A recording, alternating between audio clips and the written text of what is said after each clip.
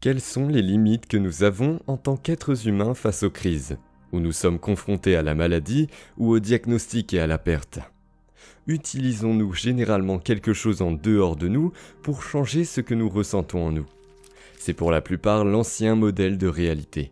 Mais les gens commencent à apprendre à s'auto-réguler. Et lorsque les gens commencent à acquérir des connaissances et des informations, la connaissance est le précurseur de l'expérience. Et chaque fois qu'ils apprennent de nouvelles choses, ils établissent de nouvelles connexions dans leur cerveau. Leur apprentissage établit de nouvelles connexions synaptiques. Cela commence donc dans l'esprit par une pensée. Alors que vous commencez à apprendre de nouvelles connaissances et que vous commencez à assembler de nouvelles structures neurologiques, la clé est alors de pouvoir répéter ces informations pour les examiner, les étudier, en parler. Et si vous prenez un groupe de personnes, vous les rassemblez, qui souhaitent faire évoluer leur compréhension et créer une meilleure vie pour eux-mêmes ou voir si leurs pensées ont un certain effet sur leur destin. Cette connaissance est donc une information.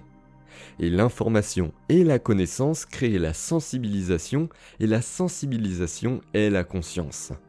Et vous ne pouvez pas avoir une conscience sans énergie.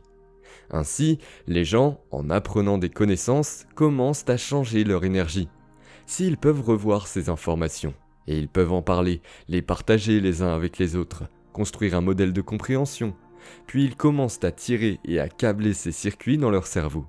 Et ils commencent à se souvenir de cette information. Alors qu'ils parlent et construisent ce modèle, ils installent le matériel neurologique dans leur cerveau en préparation d'une expérience. Alors, quand ils prennent ces connaissances et les personnalisent, ils les appliquent, ils les démontrent, ils ont initié d'une manière ou d'une autre et ils font quelque chose de différent. Ils font en sorte que leur comportement soit à la hauteur de leurs intentions ou leurs actions à la hauteur de leurs pensées. Faire travailler leur esprit et leur corps ensemble va créer une nouvelle expérience et alors la beauté des expériences qui vivent qui enrichissent davantage le cerveau. Les gens commencent à apprendre à s'auto-réguler. Ils apprennent à changer leur état d'être interne, sans compter sur quelque chose en dehors d'eux. Quelle est l'importance derrière ça? Ils ont tendance à être plus autonomes, à résoudre les problèmes dans leur vie sans compter sur personne ou quoi que ce soit. La démystification du processus depuis 1986 a donc été mon voyage. Et j'ai donc commencé à m'occuper de mes propres blessures et de ma propre expérience de guérison. J'ai commencé à regarder d'autres personnes qui avaient des problèmes de santé similaires ou des problèmes de santé chronique. Et ils traitaient de manière conventionnelle ou non conventionnelle. Et ils restaient les mêmes ou empiraient, et tout d'un coup, ils s'amélioraient. J'ai donc voyagé dans 17 pays différents et j'ai cherché à voir quels étaient les points communs avec ces personnes interviewant des centaines et des centaines de personnes qui avaient des rémissions spontanées de la maladie. Et il s'avère qu'ils avaient 4 choses communes. La première chose est qu'ils croient qu'il y avait une intelligence qui vivait en eux et qui leur donnait la vie. Et cette intelligence est bien sûr une conscience, et la conscience c'est la sensibilisation, et la sensibilisation fait attention. Ils ont donc commencé à réaliser que cette intelligence qui leur donnait la vie gardait leur cœur battant et digérant cette nourriture et organisant ces milliards de fonctions qui se produisent d'un moment à l'autre dans notre corps. Leur corps dans l'expression de la vie est un miracle en soi. Ils ont réalisé qu'ils pouvaient se guérir, que cette intelligence pouvait guérir bien mieux qu'eux.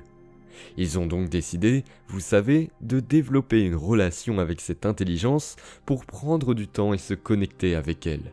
Commencer à communier avec elle pour lui donner quelques instructions, un modèle de plan, et commencer à côté que s'ils avaient une relation avec elle, s'ils pouvaient être présents avec elle et concevoir un résultat futur. Et une fois qu'ils étaient clairs et se sentaient bien dans cette intention, alors ils pouvaient se rendre à cette création, s'abandonner à leur maladie, à un plus grand esprit en commençant à le remplacer par une nouvelle idée de qui ils veulent être. Et cette intelligence a alors commencé à répondre et a commencé à changer notre santé.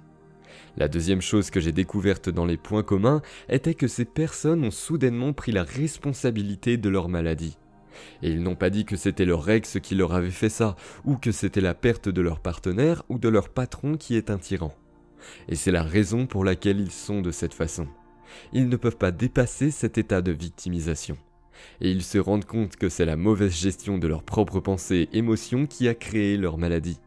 Maintenant, c'est un moment important, car la plupart des gens ont une crise ou un traumatisme dans leur vie. Et plus l'émotion qu'ils ressentent d'une condition de leur vie est forte, plus ils sont modifiés en eux, plus ils prêtent attention à la cause. Et c'est là que le cerveau gèle une image, et cela s'appelle un souvenir. Alors, les gens ont ensuite des expériences dans leur vie, de nombreuses années passées, et ils vivent avec les mêmes émotions. Et ces émotions sont liées aux souvenirs passés. Et pour la plupart, ils passent la majorité de leur vie biologique dans leur passé. Alors, ces émotions ont tendance à influencer nos pensées. Ces pensées font certaines réactions chimiques pour que nous ressentions les mêmes émotions. Ces mêmes émotions influencent nos mêmes pensées. Le cerveau fait les mêmes réactions chimiques. Et les gens se laissent prendre dans ces boucles de pensées, de sentiments et de pensées. Et donc la peur, l'indignité, la culpabilité, la honte, la souffrance, la douleur, la colère, la frustration, le ressentiment, ces émotions sont dérivées des hormones du stress. Et c'est un fait scientifique qu'un effet à long terme des hormones du stress signale vraiment des gènes pour créer une maladie et ne pas connaître les mots que j'utilise en ce moment. Les gens ont intuitivement compris que c'était leur propre mauvaise gestion de leurs pensées et leurs émotions qui avaient probablement créé leur état de santé, et ces émotions de stress et les hormones du stress. En fait, les effets à long terme commencent vraiment à briser le corps. Et donc, elles sont aussi très addictives, ces émotions, car elles donnent au corps et au cerveau une ruée d'énergie. J'ai donc commencé à étudier le stress dans des détails très grands et significatifs, car je voulais comprendre quelle était la principale raison des problèmes de santé et des maladies dans notre culture. Et, en fait, c'est à cause des modes de vie et non à cause des gènes. Et donc, quand les gens se font prendre dans ces boucles de pensées, de sentiments et de pensées, que leur corps est l'inconscient, ils ressentent la même émotion qui est liée à une expérience passée. Leur corps croit que c'est la même expérience passée chaque jour. Et j'ai commencé à regarder le concept d'épigénétique. L'épigénétique dit que les gènes ne créent pas de maladie. C'est l'environnement qui signale le gène qui crée la maladie. Eh bien, le produit final d'une expérience dans votre environnement est appelé une émotion.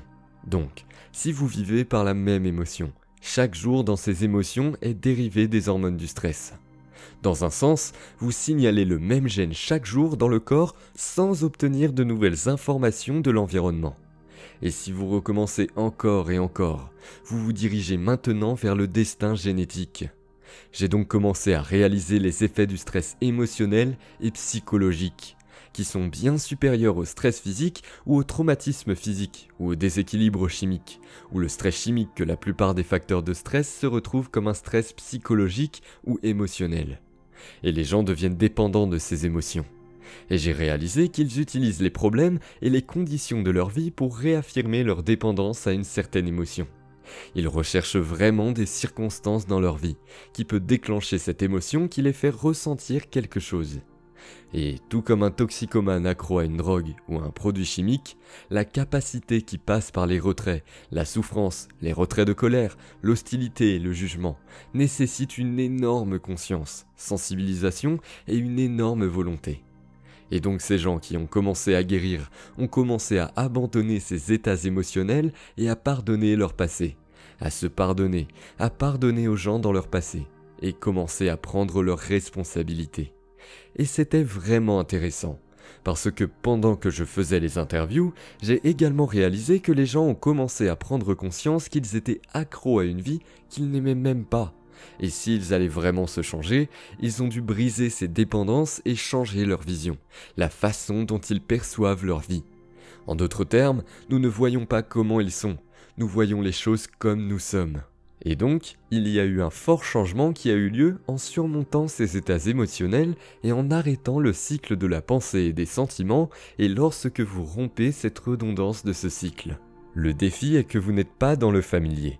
Vous commencez à vous sentir mal à l'aise parce que vous n'êtes plus dans l'état connu. Mais la redondance de la pensée, des sentiments et de la pensée au fil du temps, conditionne votre corps à devenir inconsciemment l'esprit. Ce qui signifie que pour changer, vous devez être plus grand que votre corps. Le corps qui a été conditionné pour être l'esprit.